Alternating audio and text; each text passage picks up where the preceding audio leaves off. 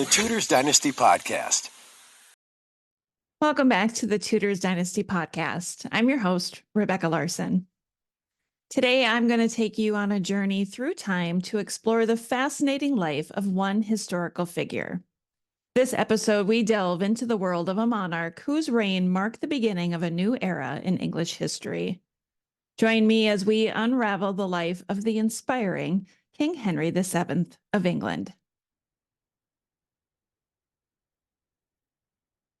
Let's set the stage and rewind to late 15th century, a time of political turmoil and conspiracy. England, recovering from the Wars of the Roses, was a country in mourning and yearning for stability. It was Henry Tudor, future Henry VII, who would change the course of history. Born on the 28th of January, 1457, in Pembroke Castle, Henry Tudor faced numerous challenges from the start. His claim to the throne was through his mother, Margaret Beaufort, a descendant of the Lancastrian line. Growing up in the midst of the Wars of the Roses, Henry's early years were marred with fear and tragedy. This life gave him a unique perspective on life and love. Fast forward to the year 1485, a pivotal moment in English history. The Battle of Bosworth saw Henry Tudor on the battlefield fighting against the Yorkist king, Richard III.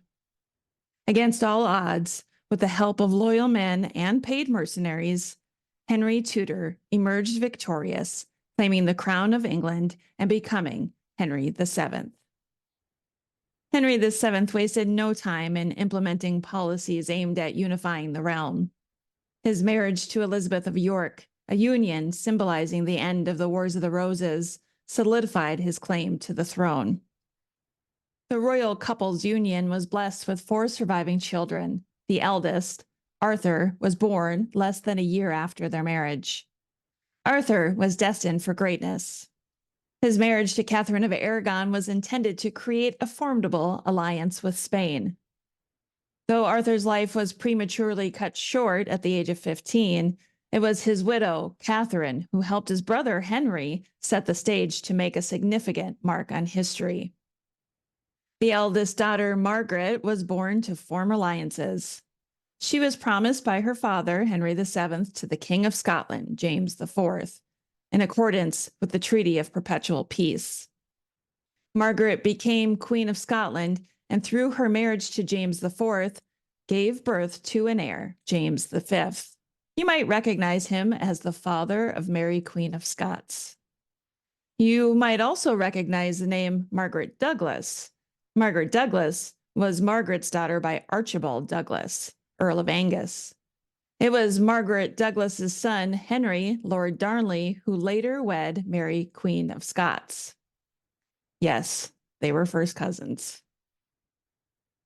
The second son of the royal couple was none other than the infamous Henry VIII, the man who married 6 times and had 2 wives executed.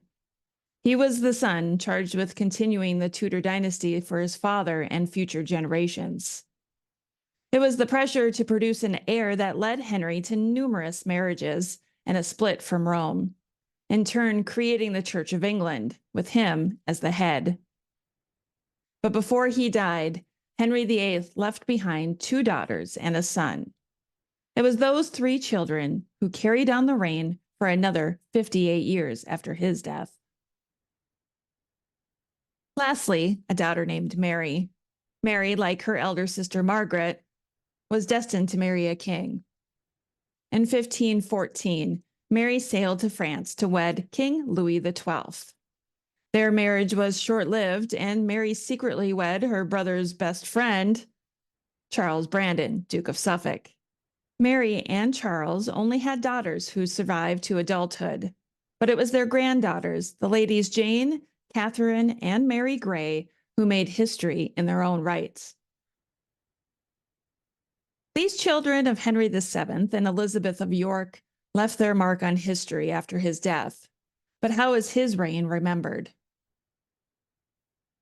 As king, Henry VII's reign was marked by fiscal responsibility and administrative reforms. His astute management of finances helped replenish the royal treasury, providing a solid foundation for the Tudor dynasty. He established the Court of Star Chamber, a legal institution that enhanced the king's power and ensured justice. However, the road to success was not without its challenges. Henry faced rebellions and conspiracies, including the Lambert-Simnel and Perkin-Warbeck rebellions. These threats tested the king's resolve and political acumen. In addition to the loss of his son Arthur prematurely, a year later, his wife Elizabeth died from childbirth.